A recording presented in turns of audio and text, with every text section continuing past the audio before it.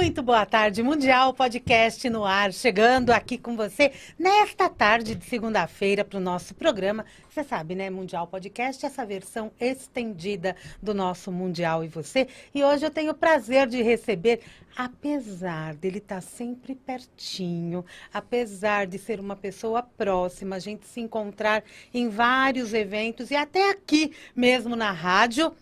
É a primeira vez que a gente consegue encaixar horários. Edu Parmegiani, muito bem-vindo! Obrigado pelo convite, estou muito feliz de finalmente conseguir. Que delícia, muito bem. Gente, é uma delícia estar com o Edu, a gente sempre dá muita risada, troca muitas ideias e fala coisa séria. Também, porque faz parte, Faz né? parte.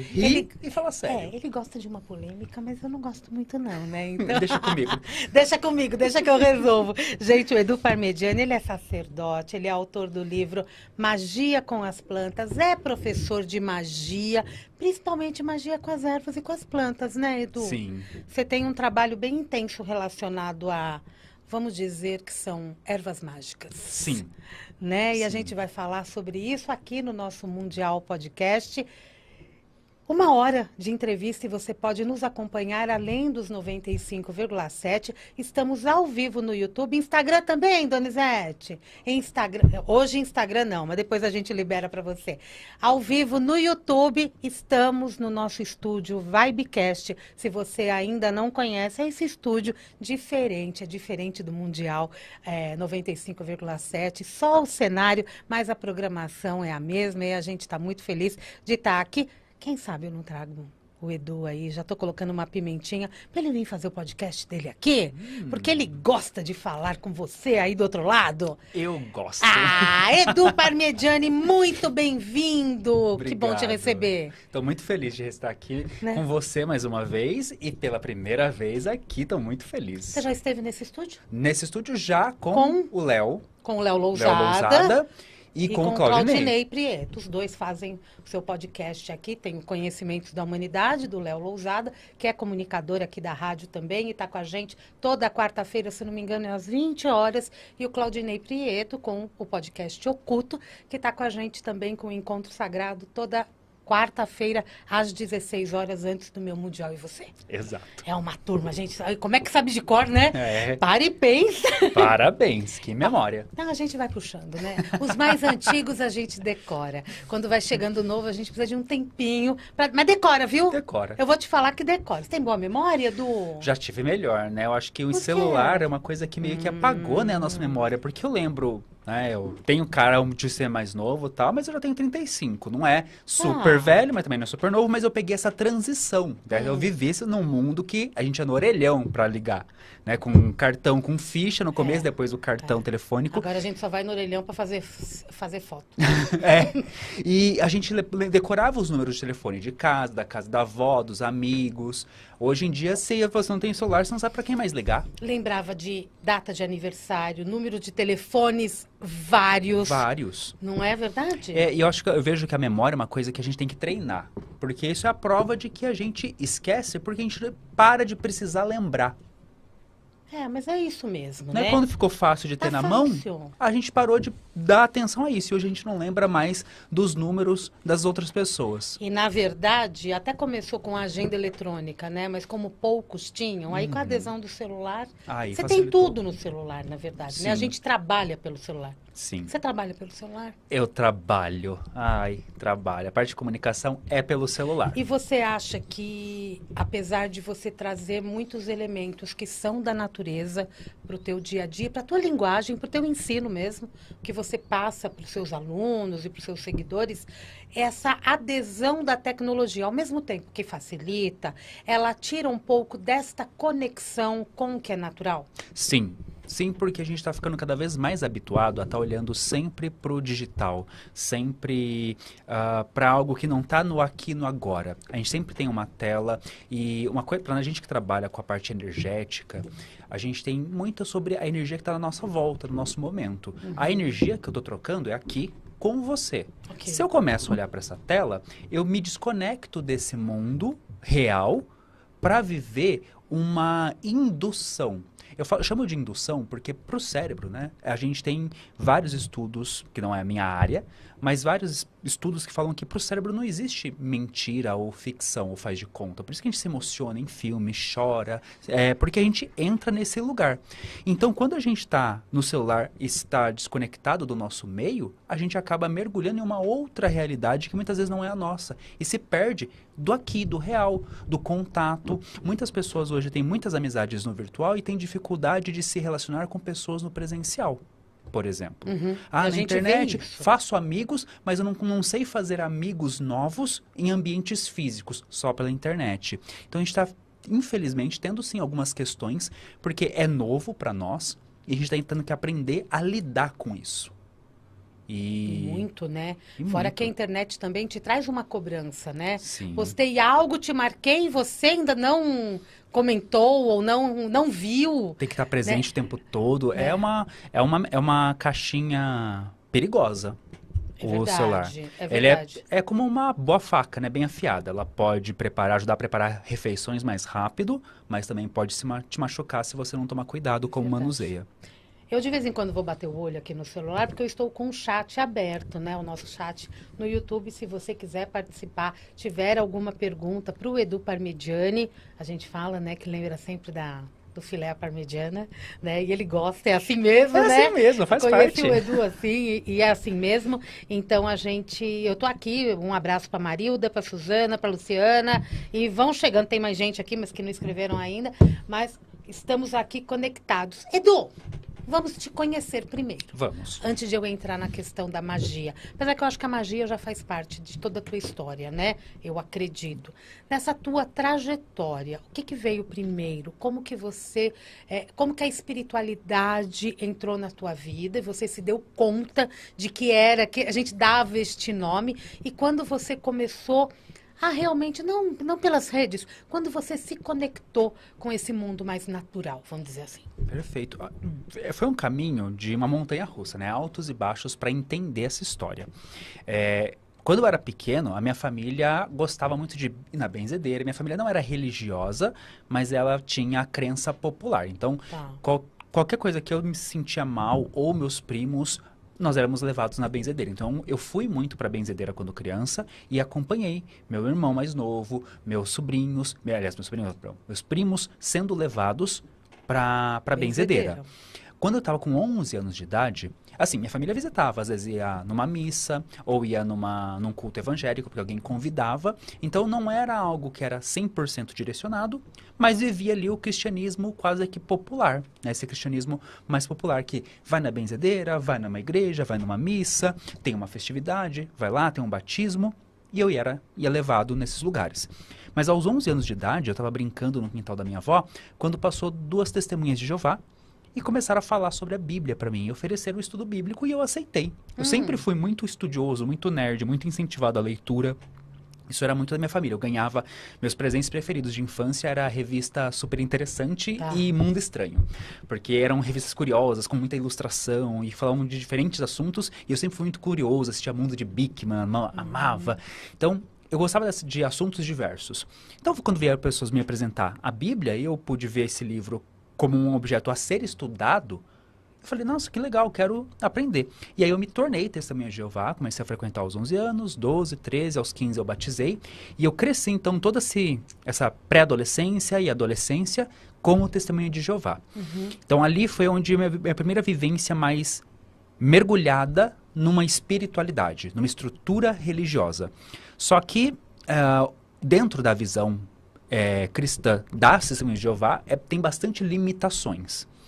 E meu principal conflito ali foi quando eu comecei, ali perto já dos 18 anos de idade, a me entender enquanto um homem gay.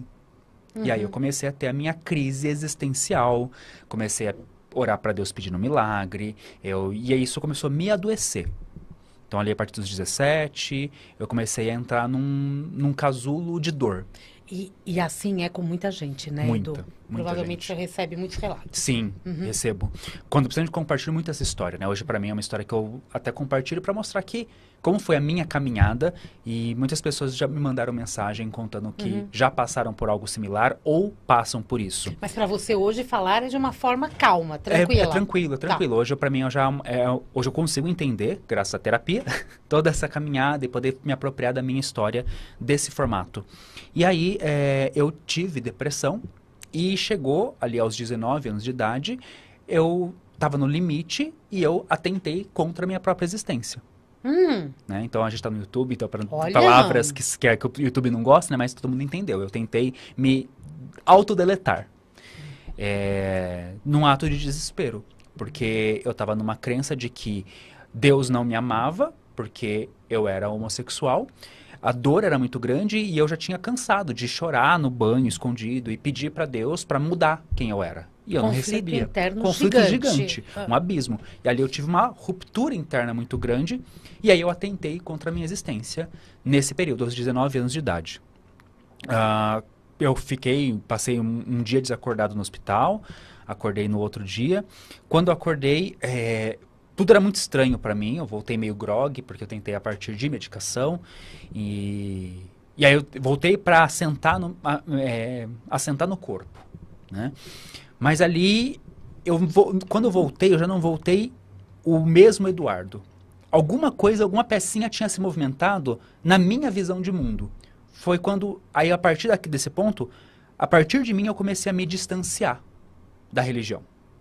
Nesse período onde você ficou desacordado, vamos dizer assim, você lembra de alguma experiência? Não lembra? Não lembro de nada.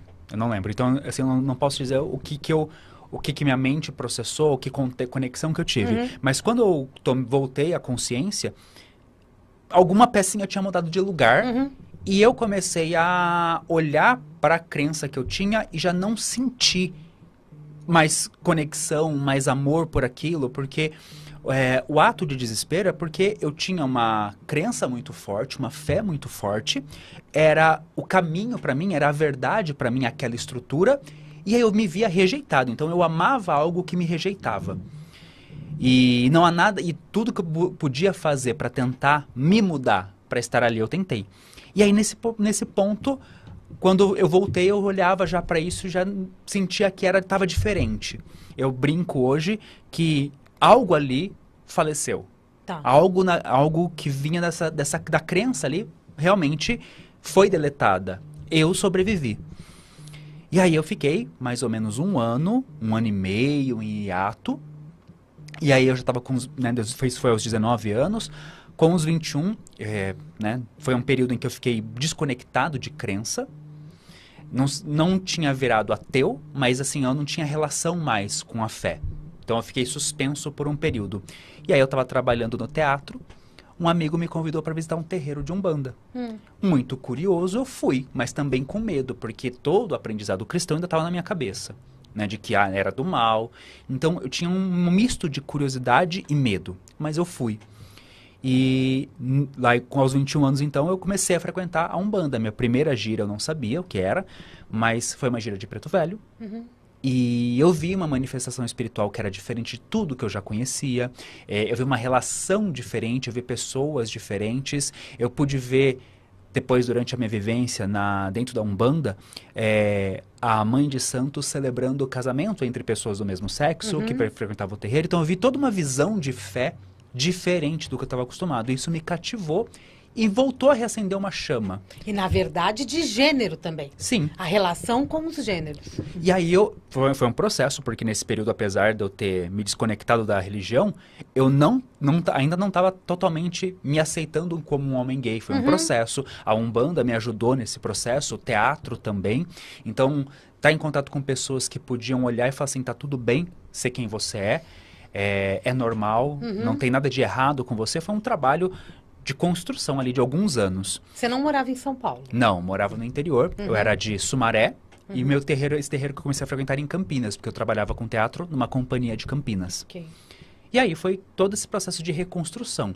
E as ervas começaram a entrar nesse momento. Porque no terreiro, né, é muito comum da matriz africana, o trabalho com as ervas, os banhos, os macerados, trabalhar com as defumações. Foi ali que eu fui começando a me conectar com as plantas e a resgatar essas memórias mais antigas de ir numa benzedeira e ela usar o galinho de erva, porque os pretos velhos no terreiro usavam as ervas. O meu primeiro curso de ervas, que inclusive está citado na bibliografia do livro, é com a mãe Tatine Rocha, que é a mãe de Santa, ela dava, ela ainda dá um curso de ervas para os filhos do terreiro. Ela ministra um curso sobre ervas sagradas da Umbanda. Então foi meu primeiro contato ali com alguém ensinando sobre ervas. E ali foi a partir Você se disso... conectou? Me Total. conectei total. Acho que foi uma mescla de coisas. Uma redescoberta, uma alegria de encontrar um novo caminho, ao mesmo tempo que é resgatar essas memórias que eram mais antigas e que durante esse período no cristianismo eu fui meio que deixando de lado. Tá. Eu lembro, aos 12 anos de idade, aos 12, 13, meu irmão era pequenininho, nenê, eu ia acompanhar a minha mãe numa benzedeira, mas eu já estava frequentando as testemunhas de Jeová, e aí eu falei, mãe, eu não vou mais, porque você sabe que lá no salão a gente não concorda com isso. Então eu lembro da última vez que eu fui acompanhar minha mãe numa benzedeira, porque é ato de magia, de feitiçaria e toda aquela visão cristã que das testemunhas de Jeová é bem fechada. No catolicismo a gente tem uma flexibilidade bem maior hoje. O protestantismo varia de vertente, porque o protestantismo se ramifica, mas a testemunha de Jeová ela é bem fechada. E aí eu lembro de falar para minha mãe isso. Mãe, eu vim aqui, acompanhei e tal, mas eu não quero vir mais. Por quê? Porque isso para mim é errado. Decidido. E quando você entendeu o que era magia? E para você exatamente, como você define magia? A magia ela foi um resgate, né, dessa visão de um mundo, e acho que tem muito a ver... Para mim, a magia, ela é o processo de reencantar do mundo. Hoje eu olho magia como o ato de reencantar. E precisamos de reencantamento, né? Tanto. O que é reencantar, né? O encantamento do mundo é uma visão de que o mundo vai além da matéria. Existe algo sutil, algo espiritual, algo mágico no que está à nossa volta, nesse mundo. Não só espiritual, numa crença de um pós-vida ou de um paraíso, mas o aqui e agora, nessa mesa, entre eu e você, com as plantas, com as pedras, os animais, existe algo. Talvez o mais próximo aqui a nós, que a gente possa ver, é tentar olhar um pouquinho como os nossos povos ancestrais, os povos originários, né, os povos que a gente chama de povos indígenas, olhavam para a natureza como um ser vivo, como um espírito da natureza, os espíritos que estavam à nossa volta. Tem um livro tão bonito, me fugiu agora o nome, mas acho que chama O Céu Está Caindo, que é um sacerdote indígena, eu não vou lembrar o nome da etnia, mas ele fala que o dia que nós pararmos de cuidar da natureza, o espírito da natureza vai abandonar a sua morada e o céu vai desabar sobre nossas cabeças. Esse livro entrou muito em alta durante os últimos anos, 2 anos atrás, quando começou a ter as enchentes no Rio Grande do Sul. Né? E essa coisa a gente está sempre desmatando. Então os nossos povos originários tinham uma relação muito próxima e forte com a natureza e olhavam a natureza de uma forma encantada. E é por isso que eu falo sobre reencantar o mundo, e para mim a magia é esse movimento, é você olhar para a natureza ou para aquilo que está à tua volta de uma forma além do que os olhos naturais veem, e ver algo a mais e poder se apropriar disso e usar para benefício seu ou do meio. Isso para mim hoje é magia. A definição de magia já mudou muito, já foi a definição de Crowley, quando a gente vai estudando magia, a gente vai, né? Magia é a arte de transformar a realidade de acordo com a sua verdadeira vontade e tudo mais, mas hoje magia para mim é o ato de reencantar o mundo e viver esse encantamento. E a cada minuto, com cada atitude que nós temos durante o nosso dia. Sim, o tempo todo. Porque tudo isso acaba se tornando um ato mágico, porque se o mundo, os espíritos ou essa energia que pulsa está à nossa volta o tempo todo, cada ato nosso ou coloca-nos em harmonia com esse fluxo ou em desarmonia. Sim. Então, ou eu estou movendo e dançando com a vida para algo benéfico ou para algo não tão bom assim, para mim. E quando a tua relação com as plantas, né, que a gente fala de ervas, mas a gente pode falar de toda a floresta, né, todo o reino vegetal. Essa relação, qual é a energia que a planta emite, de que forma que a gente deve utilizar essas plantas e se eu preciso ter, antes de manusear, qualquer que seja ela, se eu preciso também já ter um ato mágico? Qual a minha intenção a partir do momento que eu vou simplesmente manusear uma planta? Eu acredito que o ato mágico, ele tem que existir. E o que é o ato mágico? É primeiramente saber o porquê. Tudo começa na intenção. Se eu vou manusear uma planta, tá, por que que eu vou manusear essa planta? Com qual objetivo? Porque se for para fazer por fazer, é a mesma coisa que você fala assim, eu vou pegar uns ingredientes aqui na minha cozinha, vou preparar uma refeição que ninguém vai comer. Ninguém faz isso. É um desperdício, você está desperdiçando recurso, alimento, gás do seu botijão de gás, energia elétrica, enfim, você está desperdiçando, está jogando fora. Alguém tem que se aproveitar disso, tem que se alimentar disso. Então, qual que é o objetivo? Se você vai manusear uma planta, fazer um banho, um macerado, queimar um incenso, é com qual objetivo? Para mim, a magia começa nessa intenção. Então, eu atuo no mundo a partir de uma visão para algo que eu estou caminhando. Se for para deixar me levar, a gente não faz magia. A gente só ergue os braços igual a montanha-russa e vai. Deixa fluir e não se emburrece se você vai parar em um lugar que você não queria, mas você não deu nenhum passo para ir em direção a algo que você queria. Então, para mim, o ato mágico começa sempre do porquê. Responder essa pergunta, por quê? O que eu vou fazer? Se eu vou manusear uma planta, se eu vou fazer um banho, com qual objetivo? Para quê? E aí, a partir disso, a gente começa a entender que, assim como nós somos espíritos e a gente tem habilidades, né? Então, por exemplo, se eu quero fazer uma entrevista, eu vou fazer um evento, eu preciso entrevistar os palestrantes, eu preciso de alguém que tenha essa habilidade. Eu vou chamar você, que tem essa habilidade de comunicação. Agora, eu não vou chamar você para fazer o banquete para os convidados do meu evento. Não vou aceitar.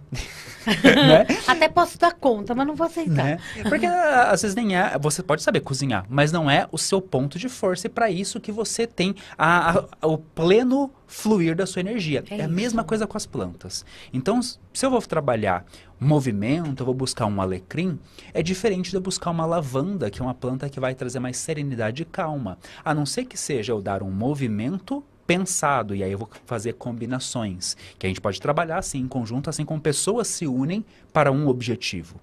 Mas eu sempre vou olhar para as plantas a partir de qual é essa força que ela traz, o que essa força faz, e aí a partir disso eu vou construir o que eu vou fazer. Então, se eu preciso de movimento, eu vou trazer o alecrim, não vou trazer a lavanda. Agora, se eu preciso de serenidade, calma, aí eu vou trazer a lavanda e não o alecrim. Porque o alecrim, ele é aquele fogo de palha, aquele seu amigo que te puxa pelo braço e fala assim, vamos pra festa, vamos pra balada, movimento. E muitas vezes nem pensa nas consequências, só vai, mas amanhã tem compromisso. Quando viu, já foi. Não pensou no compromisso. A lavanda já é sem velocidade. Vamos primeiro pensar os detalhes. Não, mas estamos em cima da hora para decidir. Não, a lavanda não vai te ajudar a decidir rápido. E o alecrim não vai te ajudar a pensar nos pormenores. Ele vai te colocar em movimento. Então, qual energia que eu preciso? Por isso que o porquê é tão importante. Por isso que a gente tem que prestar atenção no nosso momento e no passo que será dado. Sim, total. As pessoas falam assim, o alecrim é ótimo para foco. Depende se o seu foco, se a sua falta de foco é por procrastinação. Porque ele é uma planta de movimento. Aí eu usaria outra. Se o seu foco já é excesso, eu me distraio com o celular, porque se tocou notificação, é muita informação, o alecrim, ele é movimento, ele vai te colocar em mais movimento, ele pode piorar a sua ansiedade.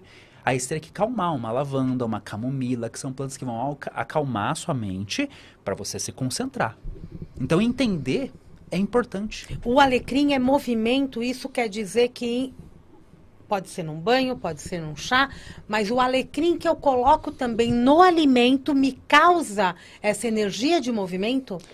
Tem gente que consome muito, por exemplo. Sim. E aí a gente tem um outro ponto que é um olhar que eu tenho sobre espiritualidade, que eu falo assim, todo chá tem um potencial mágico, mas nem todo mundo que toma chá tá fazendo magia. Tá. Qual que é a diferença, Sami, para você? Agora que eu vou te entrevistar. Para você, o que diferencia o bem, né, um ato bom de um ato mau? Ou uma energia boa de uma energia ruim? O que diferencia? A própria energia, a intenção. Será? Será? Diz o ditado que de boas intenções, o inferno tá cheio. É o que eu quero de verdade? É como essa energia chega. Quer ver? Uma energia, uma energia de tomada, de roubo. O ladrão nunca vai chegar pra você e falar assim, com licença, tudo, boa tarde. Seu nome é prazer, eu tô vindo aqui pra te assaltar. Você poderia, por obséquio, me passar o seu celular? Ó, obséquio. Você foi chiquérrimo. Né?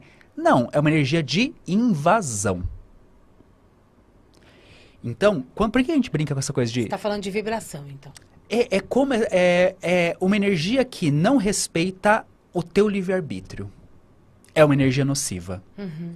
Muitas mães acabam enfeitiçando seus filhos, querendo impor a sua própria vontade, não compreendendo que já é um adulto, né? Estou falando de adultos. Eu tenho alunas que eu precisei fazer um super trabalho de consciência, porque o filho já tem 40 anos, está casado, e ela ainda, com palavras, está enfeitiçando o filho, impondo a sua forma de viver, sendo que já é um adulto funcional, que trabalha, que está casado, que deveria seguir a própria vida, não é um sexto dedo. Mas toda vez que você ultrapassa o livre-arbítrio, você começa a impor algo além do que aquela pessoa. E isso começa a se tornar nocivo. Por quê? Nós somos colocados nesse mundo para aprendizados e nós estamos abertos a plantar e colher aquilo que a gente decide. Positivo ou negativo. É a nossa liberdade, é nosso direito. A partir do momento que a gente priva alguém, a gente está interferindo na existência dela. E isso não é positivo. Não mesmo. Então, até mesmo a boa intenção pode ser nociva. Então não é intenção. Não é intenção. É como isso está sendo feito, né? A diferença entre eu tentar me tornar magnético para te atrair e eu te amarrar a mim. Quando eu estou me tornando magnético, você ainda tem a possibilidade de dizer, não, Du, não vou ficar com você. Agora, quando eu te prendo a mim e tiro o teu poder de escolha, eu estou tirando o teu direito, eu estou te roubando em algum sentido. E aí entra o ponto. Na magia, quando a gente faz com a intenção de trabalhar a energia, nós estamos autorizando essa energia a atuar. Por isso que eu falo que nem todo mundo que bebe chá está fazendo magia. Porque muitas vezes não está conectado. E eu entendo as plantas como uma criaturazinha que vai te respeitar. Vai te respeitar. Ah, mas e se eu consumo a planta? O que você vai sentir? O efeito químico. Por quê? Só. O consumo, ingerir, é você autorizar. Olha, eu quero que isso daqui entre no meu corpo. E aí, se eu não planejei todos os detalhes do que tem aqui de químico dessa planta, mas eu dei a autorização, que é eu pus para dentro. Energeticamente é um pouco diferente, mas é sutil. Então eu posso receber o químico de uma planta, mas não o energético, não o espírito dela. Mas se eu quiser colocar esse ponto mais energético, Sim. aí eu posso fazer um preparo. Intencionando de que, ok, se eu vou cozinhar com o alecrim, e eu quero que, além de nutrir o meu corpo, também atue sobre o meu campo, aí eu estou dando autorização, porque eu estou intencionando, eu estou trabalhando a minha vibração e falando, ó, eu recebo não só o teu químico, mas também o teu vibracional, o teu energético. E aí por isso que eu entendo que, para uma planta poder atuar energeticamente, ela vai necessitar a autorização, senão ela teria sendo invasiva. Fazer um chá de camomila, eu tô só tomando um chá de camomila. Um chá de camomila. Agora, se quiser Bom. fazer magia com camomila, você tem que intencionar. Que é, eu aqui tô fazendo não só um chá, mas uma poção mágica para que a energia dessa planta também trabalhe em mim. Ah, Edu, mas eu nunca pensei nisso no meu banho. É porque não é natural pra gente fazer banho de erva. Então, toda vez que você toma um banho de erva, já é por algum motivo energético. E normalmente é ruim, né? Porque Já já é é pra... energia negativa. Aí você já tá falando assim, não, eu vou fazer esse banho por quê? Pra me limpar. Pronto, você já está intencionando que esse banho é pra limpeza. Então, inconscientemente, você já tá dando autorização. Entendi. Por isso que eu gosto de olhar para assim, quando eu tô trabalhando com uma planta, principalmente na alimentação, a gente vai sempre falar assim, ok, essa planta eu quero que ela atue não só no meu físico, mas no meu energético. Aí você tá falando assim, olha, pode vir trabalhar, quero você aqui comigo. Nós temos todos esses campos, né? Sim, temos esses campos e como criaturas, né, como centelhas divinas, nós temos que dar autorização para essa interferência. E a gente pode falar também do uso medicinal a respeito das plantas?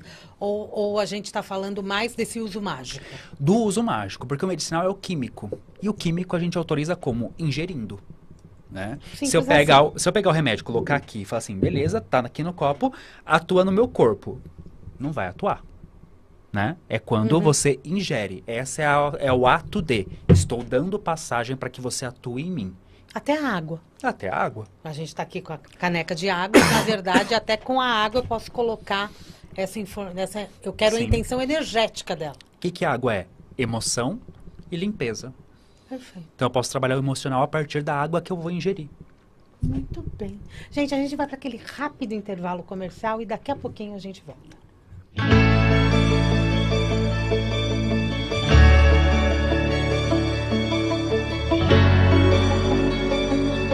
Quero fazer um agradecimento muito especial ao Vibecast, que é o estúdio que acolhe o nosso podcast Conexões, que no ano de 2025 fez esse convite super legal para a gente ter aqui esses bate-papos, esses encontros, essas pessoas maravilhosas que trazem aqui o seu conhecimento, sua bagagem, sua experiência e sua espiritualidade para ajudar a gente a viver melhor. Mas se você que está assistindo esse podcast tem vontade de fazer um podcast só seu, realizar o seu sonho de comunicar aquilo que você mais sabe, porque eu estou falando de espiritualidade, tarô, oráculo, mas você pode falar daquilo que você mais conhece. De repente você quer falar de moda, você quer falar de comportamento, de repente você quer falar de arte. O céu é o limite. Qualquer que seja o seu sonho, o seu projeto, o Estúdio Vibecast pode realizar. Uma localização totalmente privilegiada, aqui na Avenida Paulista, ao lado do metrô Consolação. Então isso facilita muito o acesso, não só para você que vai fazer seu podcast, mas também para receber seus convidados. E além de uma localização privilegiada, você tem uma equipe de primeira, com profissionais, com produtores técnicos incríveis que vão ajudar você a realizar o seu sonho, além de uma tecnologia privilegiada também, de ponta, para levar para a sua audiência a sua melhor imagem, o seu melhor som e trazer o seu sonho da melhor maneira possível e com muita alegria e com muita realização. O Vibecast está aqui esperando você, é só você entrar em contato através dos números que eu vou deixar aqui e você agendar a sua visita e vir conhecer o Vibecast Mundial, tá bom?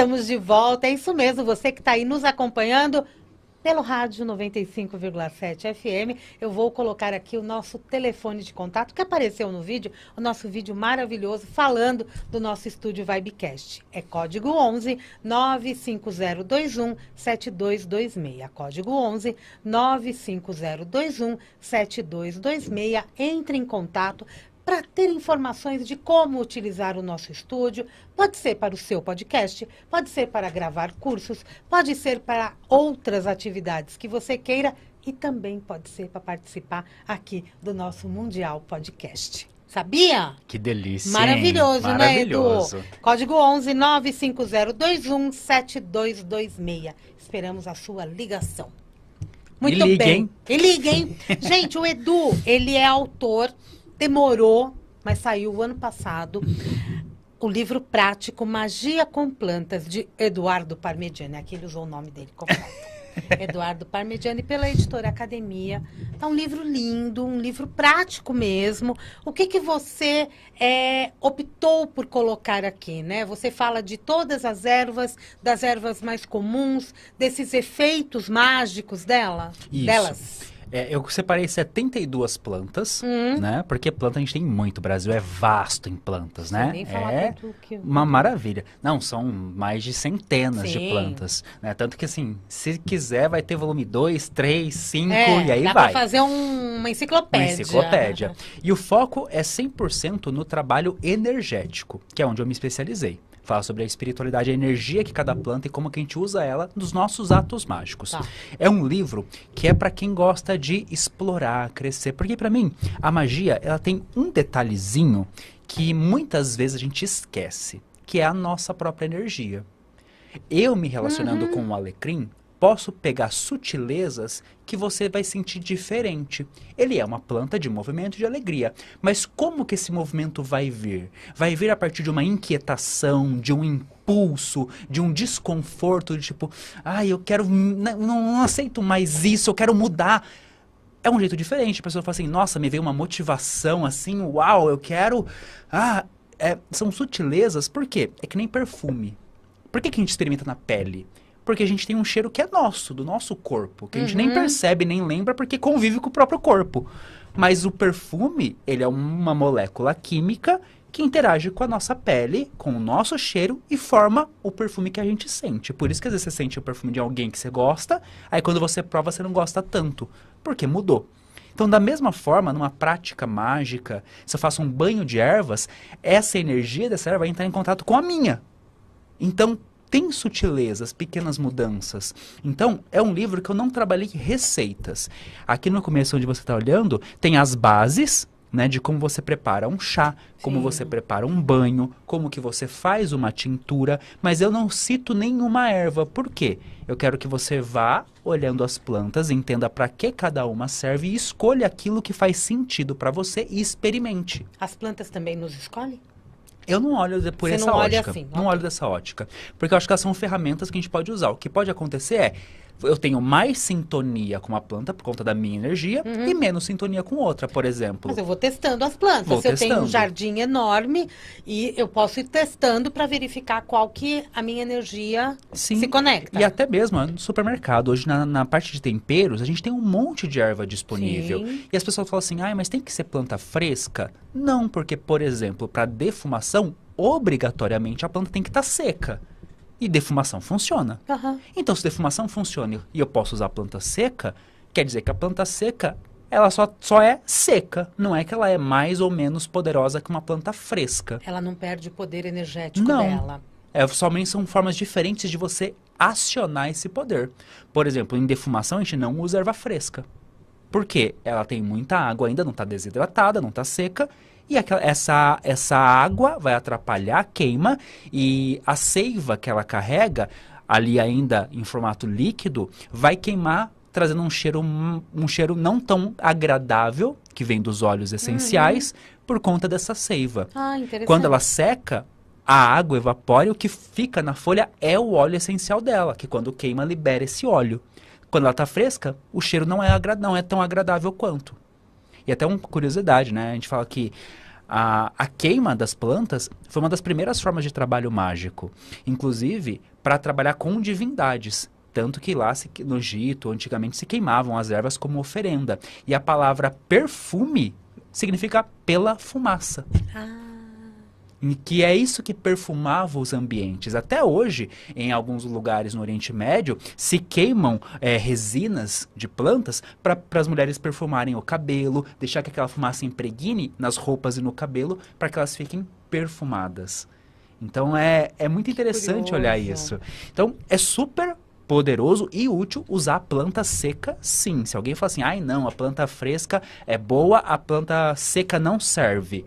Não é verdade. Existem muitas ferramentas que você vai utilizar que é até melhor usar as plantas secas como na defumação. E abrir aqui na página de Arruda, por exemplo, é interessante, né? Porque você optou por colocar as restrições e precauções, você fala da planta, mas você fala da energia da planta, mas fala também do teu olhar sobre a planta. Sim, porque tem no final do livro toda a bibliografia minha de pesquisa, né? Eu estudo plantas desde 2011, quando eu comecei lá no terreiro, como eu falei, eu inclusive cito o curso de ervas que eu fiz no terreiro, mas eu fui estudando plantas ao longo dos anos, e aqui traz o meu conhecimento. Então tem tanto a parte de, quando a gente fala da energia de uma planta, que é o estudo que a gente faz, e como eu falei, tem o que eu percebi ao trabalhar com essa planta, por isso tem o meu olhar, mas é uma provocação também para que a pessoa coloque qual que é a experiência dela, descubra a experiência dela, o contato dela. Então no livro tem a bibliografia, tem um diário mágico ali para a pessoa poder anotar as experiências que ela está tendo com as plantas. O objetivo da magia, como realizar a prática, quais plantas eu utilizei, dias da semana, fases da lua, como eu me senti e outros detalhes. Isso. É um diário, gente. É um diário. Bem um diário para bacaninha. começar.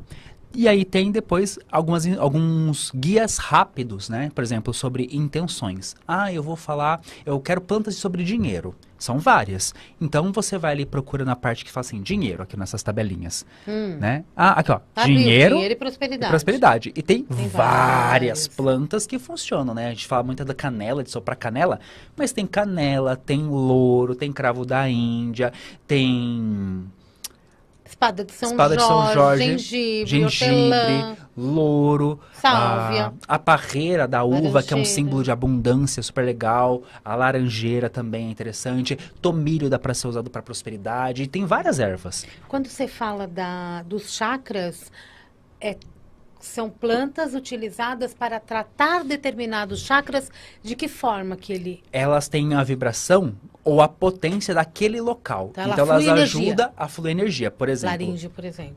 O cravo da Índia. O cravo da Índia é uma planta que está com a energia do laríngeo, porque é uma planta que fala de comunicação, de poder de palavra. Então, eu associo ele a esse chakra porque ele traz essa energia do fluir, do se manifestar no mundo.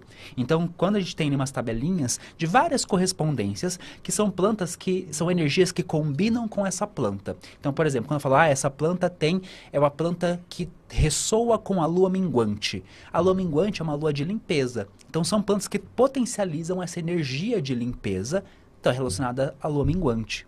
A lua cheia, a lua crescente, a lua nova. Então, tem todos esses detalhezinhos das plantas, para quem já é mais avançado na prática mágica, que é o que a gente chama de correspondência, tabelas de correspondência, onde a gente vai usar de elementos para compor rituais.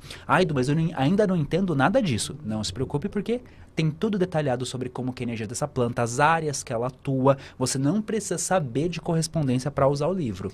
Estou trabalhando, então, a minha questão de prosperidade. Eu posso montar um altar relacionado à minha prosperidade, utilizando vários objetos, elementos, com algumas dessas plantas? Sim. Aí eu posso utilizar incenso, velas. Sim. Pode jogar uma vela, por exemplo, na cor verde ou na cor amarela, um dourado, né, que trabalha essa energia da prosperidade. Aí você pode fazer uma água de louro para você colocar no cálice, porque quando a gente monta um altar, normalmente, muitas tradições vão colocar os 4 elementos, que são os 4 pilares da criação. Água, fogo, terra e ar. Então, no fogo, normalmente vai ser vela, mas você pode queimar.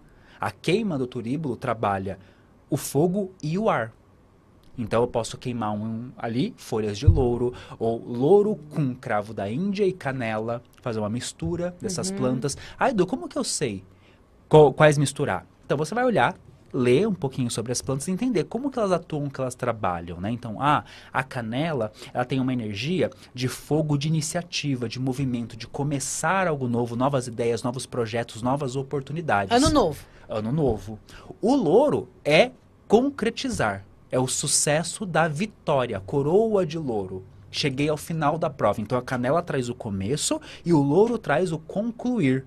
Então, eu posso trabalhar essas duas para que meus projetos, para começar novos projetos que vinguem, que dão fruto. Ele tem um poder energético, né? Então, a gente pode Só trabalhar. de você falar, a gente vai notando quanto esses elementos estão inseridos dentro da gente, Sim. na verdade. Total. E quando eu olho a tabela, por exemplo, eu abri aqui no trigo. Então, você, além de trazer nome científico, de que família que é, a origem, tem esses elementos. É o astro sol, é o elemento fogo, é o gênero masculino, que é o yang.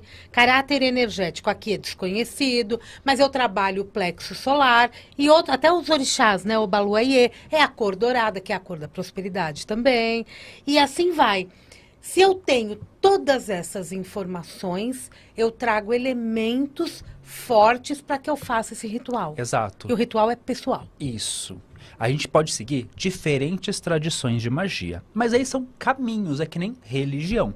Para mim, hoje, eu curso ciência da religião, né? E tô nesse caminho, né? Você já tá no mestrado já, Tô né? finalizando o mestrado. Ai, que maravilha, gente. Chegarei lá, né? Mas o que a gente olha quando a gente fala como cientista da religião? De que a gente não discute qual fé é verdadeira.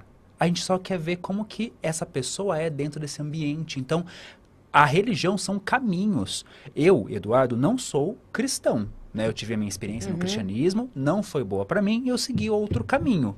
O cristianismo não serve para mim. Eu comparo muito a sapato, né? Eu calço 43. Se você calçar o meu sapato, vai ficar folgado para você e você pode tropeçar. Se eu tentar calçar o seu, vai ficar apertado e vai machucar o meu pé ao andar. Então, são caminhos. O meu sapato me serve e não te serve. E não é que o meu sapato é melhor ou pior. Isso é religião.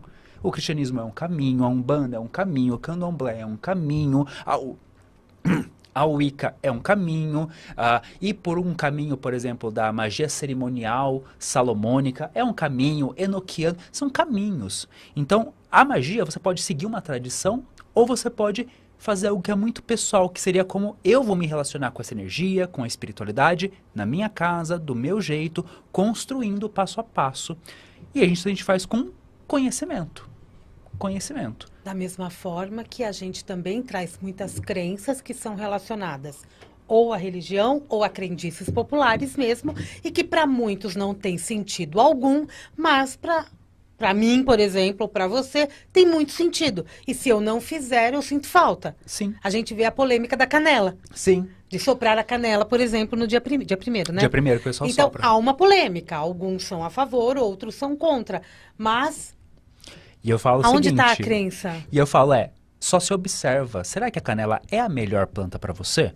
Eu acho que você pode soprar canela. Você sopra mas outra coisa, né? eu sopro louro. Louro? Louro. Porque eu sou muito já criativo, eu tenho muita ideia. E aí entra um pouco de conhecer a planta. A canela é essa planta que dá mais ideias. E se eu não tenho uma energia que me aterra, que me coloca no concretizar, que é essa energia do louro, né? A energia da vitória, de chegar ao final de um projeto, de um trabalho, de uma prova, eu começo a ter muitas ideias e não concluo nada. E eu posso utilizar, por exemplo, meu mapa astrológico para entender alguns elementos energéticos que eu tenho para tirar proveito ou da canela, ou do louro, ou de qualquer outro elemento? Pode, com certeza. Porque você está agregando conhecimentos. O livro eu foco muito no universo vegetal, nas plantas. Sim, mas fala aqui Mas também. eu cito, né, questão de astros, eu cito questão de cristais. Estação. O livro não vai explicar sobre cristais. Não vai explicar sobre os astros, porque não é o objetivo. Mas as informações estão aí, estão na palma da nossa mão, né, no celular. Então, se você tem o seu mapa astrológico e sabe quais são as energias que você já tem latente, é um ótimo caminho, por exemplo. Será que se você que tem muito fogo no seu mapa astral, será que a canela, que é fogo, é quente, é a melhor planta para você trabalhar a sua prosperidade? Você poderia... Depende, né? Depende. Será que se você seria interessante, talvez um mês, você inverter, em vez de soprar canela, soprar o louro, para poder se conhecer e ver o que acontece? Eu tenho alunos que têm meses maravilhosos com canela, e eu tenho alunos que soprou canela em casa, vira briga, porque é fogo. Então, tudo, até o uso das plantas e dos elementos da natureza em determinados momentos, eu estou usando de autoconhecimento. Sim, sempre. Porque se eu não me conheço, eu não sei o que serve para mim. É o templo de Delfos. Quer conhecer aos deuses, conheça a ti mesmo. Porque para umas pessoas faz todo sentido acender vela todos os dias. Para outros não faz sentido algum. Tem gente que não nem precisa. Gosta. Tem gente que nem gosta de acender vela. E não é obrigatório. Do mesmo jeito que tem gente que gosta de ir à igreja toda semana e outros não querem. Mas isso não quer dizer que ele não tem fé. Não, exatamente. Tem gente que não suporta tomar chá. E não tem problema, dá pra fazer magia com plantas de tantas outras formas, o chá não é obrigatório. Você acha que a gente faz magia aleatoriamente também? Simplesmente porque há um campo energético já formado e eu estou inserida nele?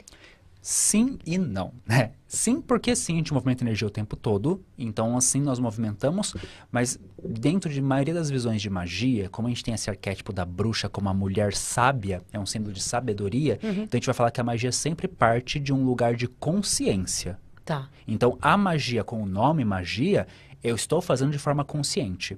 Quando eu faço de forma inconsciente, eu movimento energia? Sim. Mas é magia? Não. Porque a magia implica na sua vontade. E muitas vezes a gente vai fazer um monte de coisa contra a nossa vontade, porque a gente está movimentando energia de forma inconsciente. E até vai dar certo. Pode dar certo ou pode dar muito errado, porque às vezes a gente faz magia ruim para nós mesmos. Né? E aí a gente pode até entrar em autossabotagem. Então, eu até... parte de mim, eu conscientemente queria fazer algo, mas dentro de mim eu tenho um medo de dar certo, e aí eu atraio tudo de errado. Uma coisa que eu ensino muito sobre prosperidade. Sabe o filme Up, Altas Aventuras? Tem gente que vive aquele filme, que é assim, eles querem viajar, E aí eles começam a juntar dinheiro num potinho. E aí começam a juntar dinheiro pra viagem, o pneu do carro estoura. Aí mostra ele quebrando os potinhos, o Vai usar potinho o dinheiro. pra usar o dinheiro. E aí começa de novo, tempestade, cai uma árvore no telhado. Aí cai e quebra o braço e fica doente e só faz... E tem gente que vive assim, comecei a juntar dinheiro, quebra o celular, pifa o Verdade. carro. E aí a pessoa, será que estão fazendo alguma coisa pra mim? Sim e não. Estão fazendo magia, mas é você mesmo. Você não está pronta para alcançar uma prosperidade muitas vezes. Por quê? Porque tem crença de que dinheiro atrai o mal. Pensa só, se você é tão poderosa assim, como nós somos, eu acredito, que nós somos poderosos, somos, né, Namastê, o divino que habita em mim, então também somos centelhas divinas.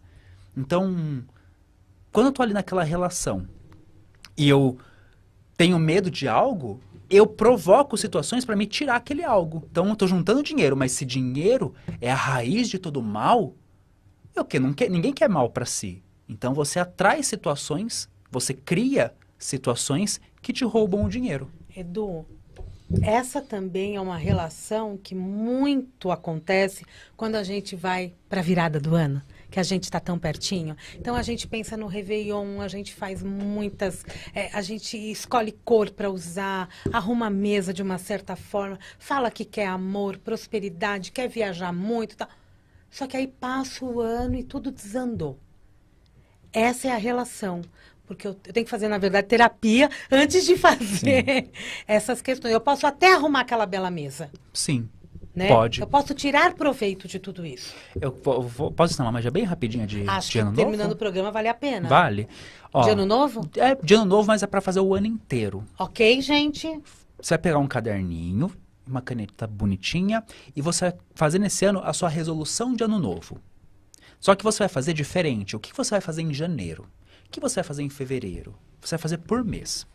E aí você vai, a cada 15 dias, então chegou no meio de janeiro, você vai olhar para esse mês. E aí você vai olhar e vai assim, opa, mudou alguns planos. Eu não vou fazer isso por conta disso. E você vai sempre estar atualizando essa lista. Por quê?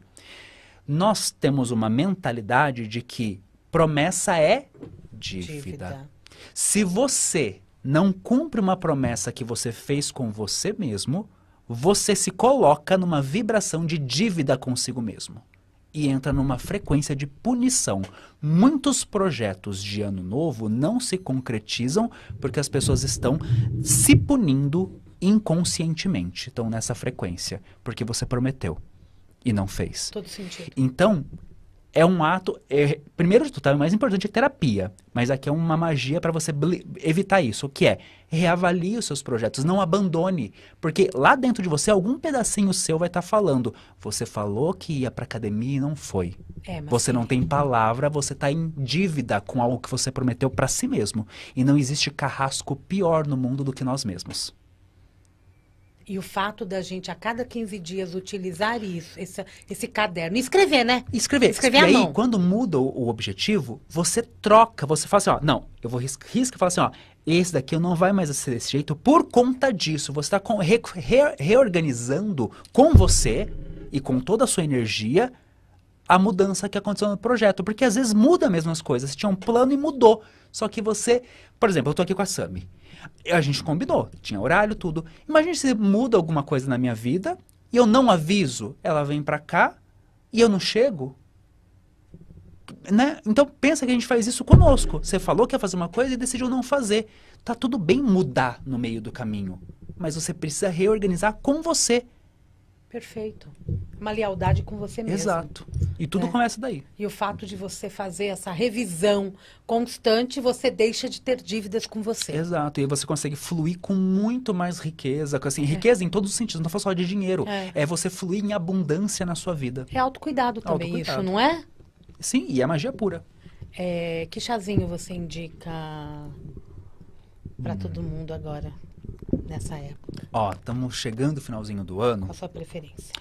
Eu gosto de plantas agora que vão trabalhar muito a nossa mente. Então, você trabalhar com anis estrelado, cravo da Índia, que vai te ajudar a se alinhar e se preparar para o novo, né? Ah, mas nós já estamos saindo da primavera, estamos entrando no verão, né? Porque é as estações do ano. Mas não adianta, virou o ano, calendáriozinho, a data, tá todo mundo vibrando mudança. Tem uma energia no ambiente que fala de mudança. Então, agora é hora de você se realinhar para esse novo. Quem vai ser você em 2026? Então, Anis Estrelado e Cravo da Índia vão ajudar você a fazer esse realinhamento. E se você tem coisas que precisam finalizar para poder fluir, acrescenta hortelã. Adoro hortelã. Isso explica tanta coisa. Explica, né? Então, isso explica muita coisa e vale outro programa. A gente faz um programa só para explicar. A gente atende ouvinte, né? Qual chazinho você gosta? Qual banho você toma?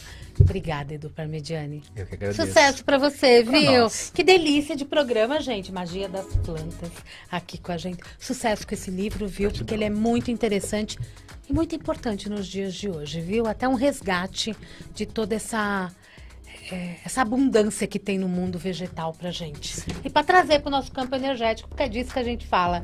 Gente, Mundial e você não, Mundial Podcast, que é também nosso Mundial e você, e tá valendo porque mora no nosso coração. Eu volto na próxima segunda-feira com o Mundial Podcast, com mais uma super entrevista. Tô preparando um bate-papo incrível com uma pessoa aqui da casa. Você vai gostar bastante. Tenham uma ótima semana, continuem com a gente, que tem muita coisa boa aqui na Vibe Mundial. O Instagram do Edu passou aí, tá? edu.parmigiani, é só seguir. Beijo!